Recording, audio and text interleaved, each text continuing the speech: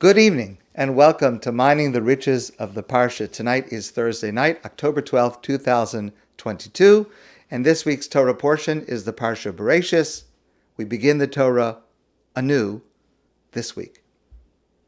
Let me first mention that a week from tonight, which is October 19th, we will not be together. I will not be teaching, but 2 weeks from tonight, October 26th, with God's help, we will resume and hopefully continue in order. Of course, we could speak about Israel all evening, and we do pray for Israel every day, support our brothers and sisters in Israel in many ways. But to paraphrase Daniel Gordis, we will continue to fight with courage and to cry, but we will also continue to live. And for us, tonight, that means to study Torah together. We begin Bereishit in the beginning, and we ask a very basic question. Why are we here?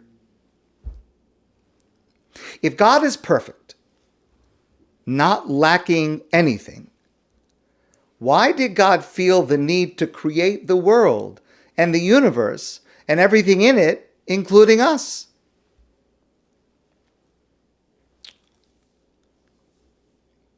So within this week's Torah portion, there is a fundamental lesson that is embedded in humanity, and that is as follows. Before creating Adam and Eve, God says, after creating Adam, Lo tov heyos ha'adam levado, it is not good for a person to be alone, for this person Adam that I created to be alone, it's not good. Esa lo ezer kenegdo, I will make for him a helpmate, Eve, Chava, so that together they can have children and create new life. But why is that the setup? Why does God do it like that?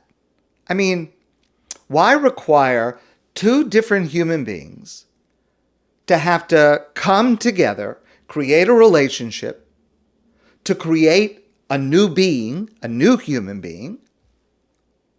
And then why create a new human being that is completely helpless, that requires ongoing effort and stress in order just to raise that new human being, that child? Wouldn't it have been a better idea to allow each individual to be independent, capable of doing everything on their own, including having children? Imagine how much simpler the world would be if each person was able on their own without having to get into relationships and marriage and divorce and the problems and, everything that we talk about. Just let each person do it by themselves. So Rabbi Chaim Voloshin gives the following answer. He writes, this is the essence of mankind, of being a person. We are not created for ourselves, but we are created to do for others all that we are capable of doing for them. Rabbi Yisachar Frand explains it as follows. We as human beings come into this world as the most self-centered creatures ever created. Babies think about one thing and one thing only, their own comfort. Whether they're hungry or dirty or they need to burp, whatever it is, they are only interested in themselves. One who deals with babies and realizes how much care they need recognizes that these babies have no idea whatsoever that there is someone else in the world besides themselves. This is what a baby is. But listen carefully. The purpose in life, the reason we're here, is to go from being a baby to an adult. To go from being a taker to being a giver. Every person who was ever born must learn this lesson. Morally, a person must set for themselves this goal. I want to be a giver rather than a taker. And this is one of the most fundamental lessons the Torah teaches us, one of the most profound lessons the Torah teaches us in its description of creation. Because this is why we are here. I want to share with you a true story. I heard this story from Rabbi Yechiel Spero. I'm changing the names. Baruch and Aviva Fried and their children live in Monsey, New York. A number of years ago, for Yom Kippur, they drove to Aviva's parents in Washington, D.C. It's about a drive of 5 or 6 hours. And when they arrived, just before the holiday was about to begin, they realized that they had forgotten a specific medicine that their son needed. They forgot it at home. And it's a medicine that was absolutely necessary. And it was a medicine that was very, very rare. It's not carried in pharmacies. They called local pharmacies, but no one had it. Now, obviously, if they couldn't find it, they would have to drive home, even if it means driving on Yom Kippur, because their son's life would be in danger without this medicine. But they wanted to try to avoid that if they possibly could. So they had one idea. They knew the name of another family in Baltimore. Now, Baltimore is about an hour drive away from Washington. They knew the name of another family in Baltimore whose child takes the same medicine. They didn't know this family, but they were part of a support group with children with this very rare specific illness. So all they had was a name and a phone number, and that they knew that this family had a child that used the same medicine. That's all they knew. So they called Shmuel Samuels in Baltimore. They said to him, we're in Washington, D.C. Do you have this medicine? Shmuel Samuels said, yes, we have the medicine. I'm happy to share it with you. No problem. No problem except for the following logistical problem. There was not enough time for Baruch the father to drive to Baltimore and back before Yom Kippur. So Shmuel said, well, I'll tell you what. I'll meet you halfway. Which is, if you think about it, an amazing act of kindness for a stranger just before Yom Kippur to drive what is going to be about an hour drive back and forth halfway from Baltimore to Washington to meet this stranger to give him this medicine. Okay. They decided on a meeting place. Baruch drives to this meeting place. He sees this man, Shmuel, standing by the car, and inside the car are Shmuel's 2 little boys, 2 sons.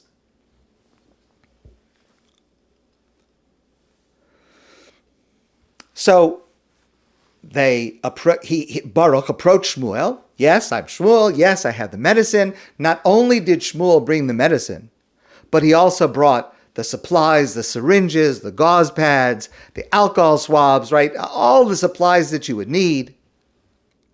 And it was all wrapped up in a gift package together with a stuffed animal, a toy. It was just incredible what this stranger, Shmuel, was willing to do. Brought the medicine, wrapped it up as a gift, brought a present for the boy. Okay. So Baruch thanked Shmuel very much, profusely, and then he went back to his car. He gave the dose of medicine immediately to his son.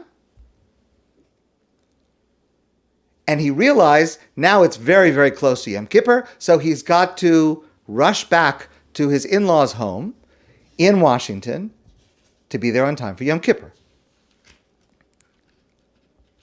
When all of a sudden, one of the boys in Shmuel's car runs up to his door.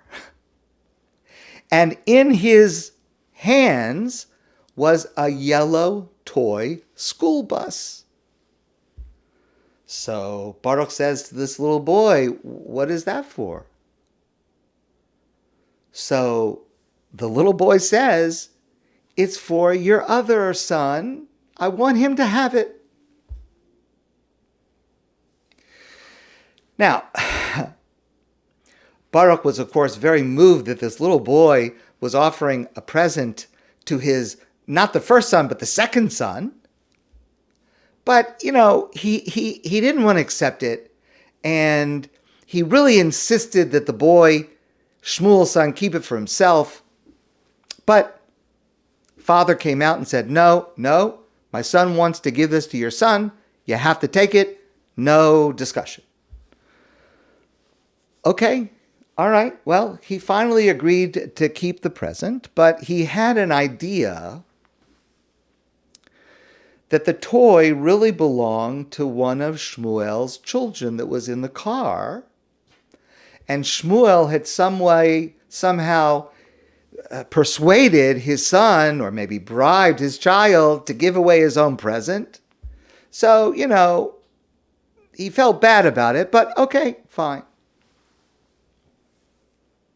So now Baruch is about to drive away because it's really late. But he notices in Shmuel's car, the other boy is crying.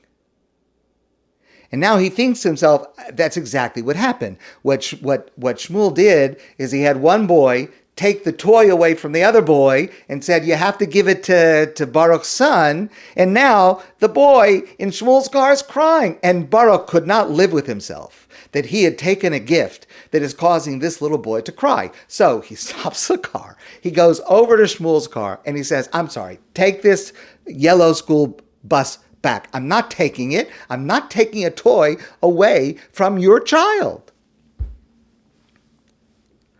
So Shmuel smiles at Baruch and he says, you don't understand. My younger son is not crying because he gave up his toy. He's crying because he didn't have a chance to give your son a toy also.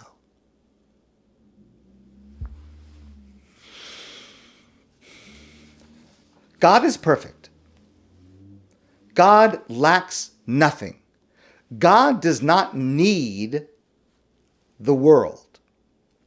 But God created this world and everything and everyone in it, with all of its complexity and all of its challenges and setbacks, so there would be opportunities for people to develop from takers to givers.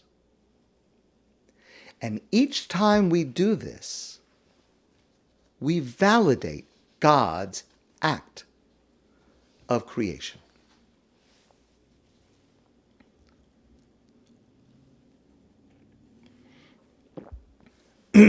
Okay, so we know that there are 613 commandments in the Torah. If you have 613, one of them has got to be, number one, it's got to be the first listed in the Torah. So of all of the 613 commandments to put in the number one slot in the Torah, God chooses Peru Uravu, the mitzvah to have children. And our rabbis tell us that God will ask each of us, Asakta bepru'aravu? Now, which means, were you involved in the mitzvah of being fruitful and multiplying?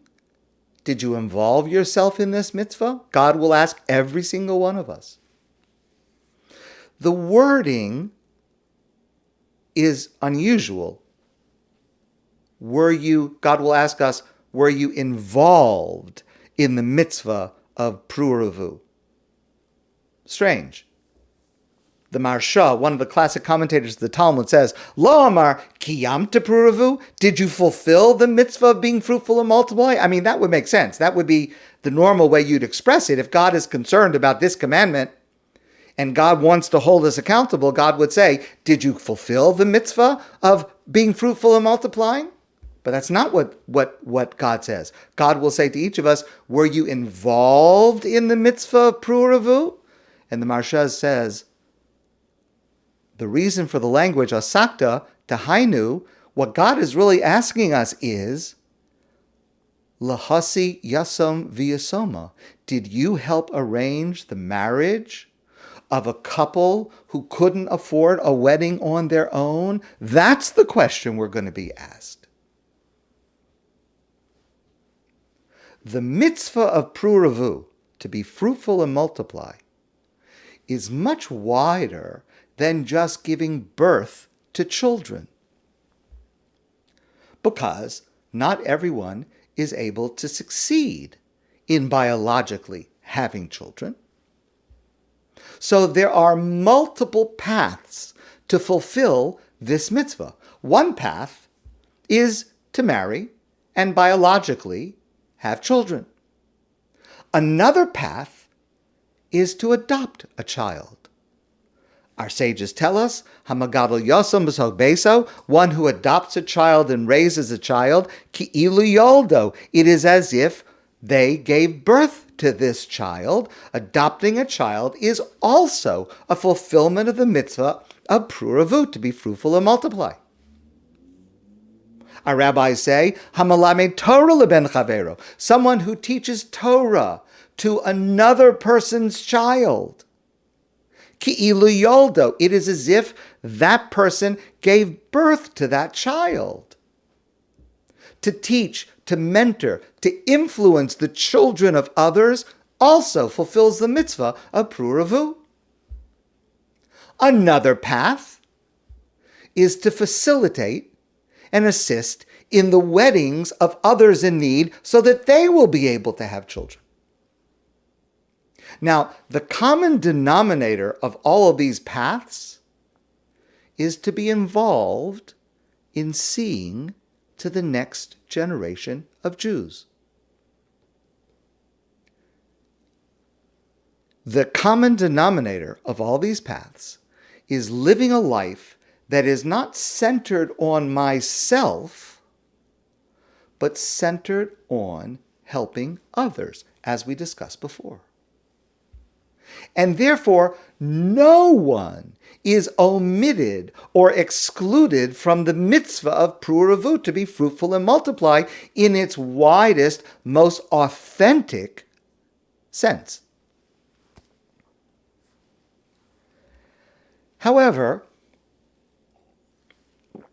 it still causes deep pain for the 1 in 6 couples who face infertility or repeated miscarriages. And I can tell you from my own professional experience that that number, 1 in 6, which is astonishing, is well documented, and it's reflected even within our own community. The pain is particularly acute in our traditional Jewish community, where so much of Jewish life centers on children. Couples going through infertility experience bewildering medical issues. Often they experience overwhelming financial pressure from the cost of treatments that can reach many tens of thousands of dollars. There is the shattering emotional heartache from false hopes, repeated attempts that are not successful, and from constant feelings of loss and helplessness. Vincent Van Gogh, the famous painter, in 1880 wrote a letter to his brother Theo. I actually quoted this in a very different context some time ago. He wrote, he was talking about himself. People we pass every single day, there are people we pass every single day who are carrying around raging fires, who have a passion or a pain inside that is so great they can barely contain it. He was talking about himself and his desire to be able to be creative artistically, which he had at that point had not yet been able to unfold. But for many people with infertility, that description is apt, because their pain is often unknown and unspoken. Dr. Alison Braddow is a psychologist who wrote a paper on infertility. And she wrote that people affected by infertility must adjust to a major shift in life's expectations while being exposed to constant reminders of their condition through questions from family members, medical treatments, or interactions with pregnant women.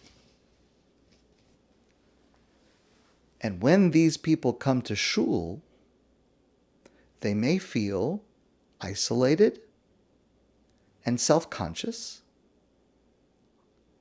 and tragically distanced from God, who is not responding to their tearful prayers. Devorah Entin is a social worker who works with couples with infertility, and she writes, more than anything, couples experiencing infertility must find time for self-compassion. We are so hard on ourselves. We use the language of failure, failed cycle, ovarian failure, internalizing this message of failure as if we have control over these medical issues. Too many women and men further internalize that message with disgust or hatred toward their bodies. But self-compassion is internalizing the fundamental message of our Torah portion, the Parsha Bereishit this week, that every single one of us is created b'tselem Elokim, in God's image, cherished by God, regardless of how our bodies work or do not work. As a community, we need to be more sensitive and more careful to properly support and not, God forbid, unintentionally cause more pain.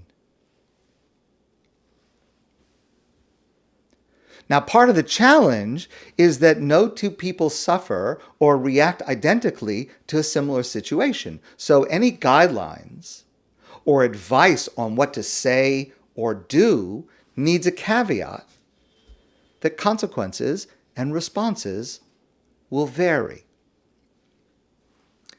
However, Dr. Talia Hinden writes that in general, if someone is or may be experiencing infertility, it is wise to take their lead regarding it and how much they want to discuss or share. And if they do, that is, don't push them, but if they do want to share, you need to be clear that you are there to provide support without being intrusive or pushy. She writes, think about complaining about your own children or situation, and consider how others around you might experience what you have to say. When one person says, "Oh, I'm so tired. My child kept me up all night," which sounds, of course, like such an innocent thing to say, and yet another person who is experiencing infertility may feel a stab of pain and think to themselves, "I would give anything to have the problem of being awake at night to take care of my baby." Now, that doesn't mean not to talk about your children, because people dealing with infertility usually don't want to be treated differently than everyone else. But we have to learn to be aware of how someone else might experience the words that we are saying, even if we did not intend it that way. There's an organization called YESK. It's a Hebrew phrase that means there is hope. It's an incredible organization. They provide infertility awareness within the Jewish community. They provide support and resources for people who are going through infertility. And they offer the following suggestions for all of us to consider to be more sensitive. If someone reaches out to share their story, the best thing you can do is be a friend. Listen. Be very cautious about offering any medical suggestions unless you are specifically asked, and especially be cautious about sharing any advice on increasing the chances of conception. In any group setting, like a Shabbos meal or at the synagogue at Kiddush, if there are individuals who are not married or who do not have children, make sure that the conversation does not only revolve around marriage and children, because those individuals will be left out. Try to engage in conversations in which everyone can be an active participant. There are a number of things that people frequently say, thinking that they are helpful, and generally they are not helpful. They are actually painful. To say to someone, "It's going to be okay. It's going to work out. I know it's going to happen." That's not a helpful thing to say, because you don't know that. Only God knows that, and He has decided not to share that with us. Rather, it is usually more helpful to assure a person that no matter what the outcome, you are there for them in any way that they need, and you should accept and validate any feelings that they have. You have to provide space for someone to express their anger, to express their sadness. That's what a friend does. Likewise, to say something that we hear so frequently, but is really not a helpful thing to say to someone. "It's God's plan. It's for the best." Please don't ever say that to someone, because it usually causes that person deep, deep pain. And perhaps the worst comment that we can make, the comment that we are trying to be helpful with, but so often causes upset to the person that hears it, is, "God only gives us what we can handle." It's painful to hear those words. We think that we're being comforting, but usually we're not. To ask someone, "When are you going to have children?" can be very hurtful, and it can be a reminder of their struggle. And therefore, do not push someone to share information about whatever challenges they're having or treatments that they're going through if they're not comfortable sharing it. And very often, people going through infertility feel alone, ignored. And so, every once in a while, just a call or send a text just to say hello. How are you? I'm thinking of you. It can go a long way to making a person realize that you care for them and that they're not alone. Starting this Shabbos with Bereishit, Genesis, in the beginning, should teach us the humility to recognize that in the world God created, we don't know what is meant to happen to us or why. But we are meant to help each other in what we say and do, and in what we do not say and do, as we traverse wherever life takes us. And the first step is to speak about this subject of infertility, to learn about the issues and the challenges, to listen carefully to those who are going through this, and to recognize the enormity of challenge in both breadth and depth that so many people around us are going through. May the prayers of every one of us be answered by God, who gives life.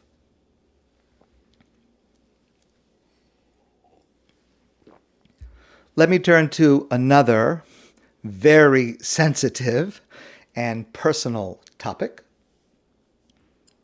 the subject of abortion. This topic is very complicated.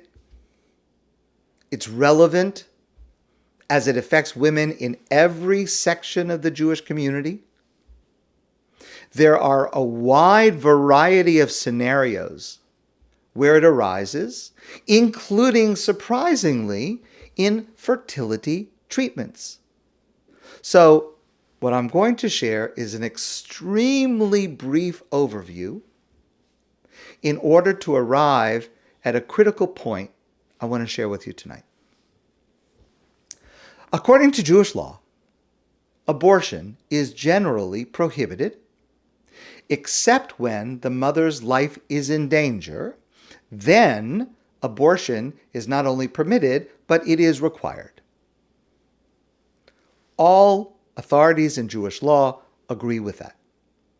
However, there are three areas of intense and ongoing disagreement among authorities in Jewish law. Number one, what about a situation where the mother's life is not in danger, but the mother's health is in danger? In other words, the mother is not, God forbid, at risk of dying, God forbid, but she is at risk of harming her health. Does that also allow an abortion or not? Number one. Number two, what about if the issue is the psychological health of the mother? The physical health of the mother is fine, but the psychological health of the mother is in danger, perhaps depression, perhaps anxiety. Does that allow for an abortion according to Jewish law? That's number two. And number three is, what about a situation where the mother is fine, but the baby, the fetus, has a serious abnormality that will cause the baby, when born, either, God forbid, to pass away very shortly, or, God forbid, to be very, very seriously disabled and ill. God forbid. So what I'm going to share with you is an oversimplification, but what guides authorities in Jewish law to their decisions in all of these cases is a more fundamental question, and that is the general prohibition of abortion derive a biblical prohibition? If it's a biblical prohibition, then the only exception would be a threat to physical life, the possibility that the mother, God forbid, may pass away, may die as a result of this pregnancy. That's the only case that would allow a woman to be able to have an abortion according to Jewish law. Or is the prohibition of abortion d'Rabbanan, a rabbinic prohibition, in which case we would utilize the principle, b'makam tsar lo goz Rabbanan. The rabbis did not legislate their prohibition to apply in a case of pain or in a case of sickness, a lower standard than an actual threat to life. And the dispute arises because nowhere in the Torah does the Torah clearly say one may not have an abortion. The subject is not broached clearly, explicitly in the Torah. So there's a dispute. And this debate about the origin of the prohibition continues today. And of course, each case may have its own unique features and needs to be handled on a case-by-case basis, obviously. But here's the question I want to focus on. According to those who say that it is derive, a biblical prohibition, from which verse in the Torah do they derive this? So there's several opinions, but one opinion holds that the source is in our Torah portion, which is the reason I raise it tonight. The Torah tells us at the beginning of Bereishit that Adam and Chava, Adam and Eve, gave birth to two sons, Cain and Hevel, Cain and Abel. Hevel ro'a etzon, Hevel was a shepherd, v'Cain haya oved adama, Cain was a farmer. Vayakam Cain el Hevel achiv, vayahar gehu. Cain murdered his brother Hevel. Vayomer Hashem el Cain. God said to Cain, "Ei Hevel achicha, where is your brother Hevel?" Vayomer, Cain said, "Lo yadati, I don't know. Hashomer achi anochi, am I my brother's watcher?" Vayomer, and God said to Cain, "Me asisa, what did you do? Kol demei achicha, the sound of your brother's blood, tzoakim alai min ha'adama, is crying out to me from the ground. You murdered your brother."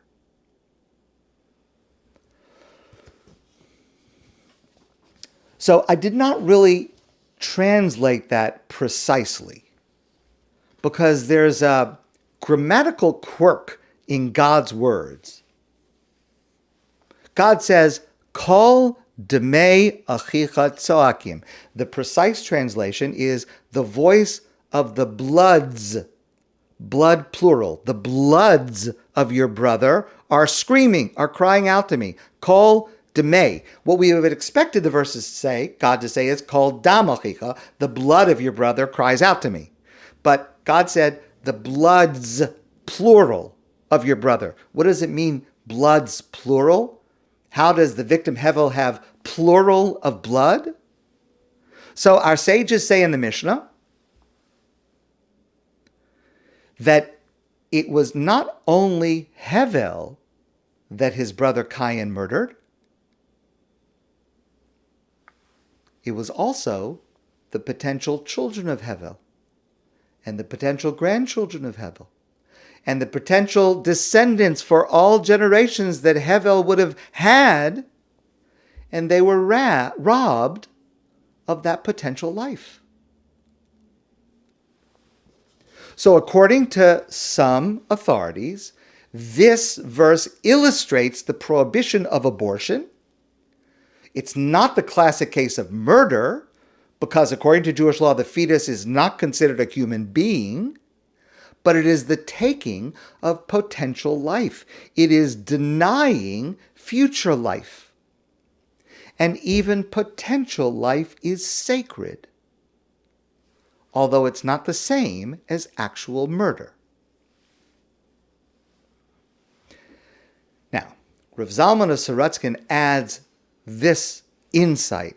Kol demei, the sound of your brother's bloods, plural, means something different. The harm that you caused to the victim, to your brother, Hevel, and also the harm that you cause to the family of the victim. Because you may have committed a crime against one person, but there are many other people who are going to suffer. The harm that we cause spreads outward far beyond the proximate crime we commit. It affects others. It changes the course of the lives of others in ways that may not even be visible at the time of the crime. And the reverse is also true. If you do a mitzvah, for example, let's say you give a job to someone who is in need, it is not only a mitzvah of helping that individual, but you are also potentially changing the lives of their children, their grandchildren, and further, the ripples continue outward of people who will be affected by this one person having, number one, the ability to support themselves, and number two, the dignity that they are able to support themselves. And all of that consequence, as long as it ripples outward for all eternity, is counted as part of the proximate mitzvah that you fulfilled. You are credited with all of the consequences of the good deeds that you do, just as, unfortunately, we are held accountable for the consequences of all the mistakes that we make and all the hurt that we cause.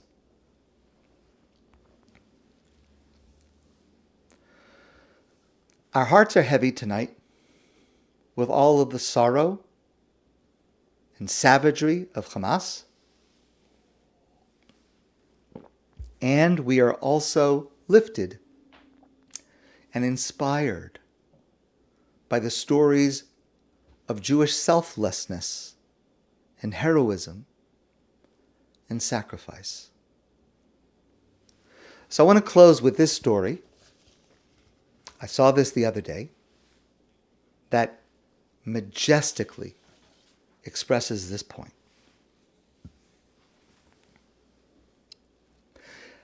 I watched a video, very short video, where a man was standing. His name is Rabbi Veitzan. I did not know him or his name before seeing this video. He is a rabbi in a town in Israel. And he's speaking into the camera, and he says, I want to share with you the story of what happened to my family. He said, I am the father of Amichai Veitzan. That's his son. Amichai lives on a moshav near Gaza. On Shabbos morning, this past Saturday morning, at about 8 a.m., he heard shots fired. Terrorists were attacking his moshav. Amichai grabbed his rifle and engaged the enemy, listen to this, for 6 full hours, protecting the civilians behind him, and they were able to escape. Incredible. 6 hours he was able to hold off these terrorists. Finally, after 6 hours of fighting, Amichai was shot and killed. His father says Amichai was 33 years old. But then his father said, but I feel that on the last day of my son's life, he received the gift of many years of life.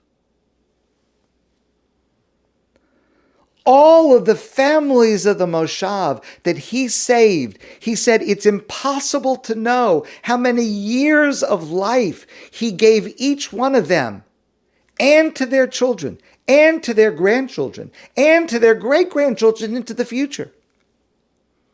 He said, I feel my son lived 33 years plus hundreds and hundreds of years of life that he gave to others. This is one of our greatest strengths, to be able to recognize the consequences of our selflessness, and sacrifice and heroism that continue to roll outward and onward for all time. Hashem oz li'amo yitain. May God give his people strength. Hashem yivorech es amo b'shalom. And may God bless his people with peace. My friends, I wish you a good evening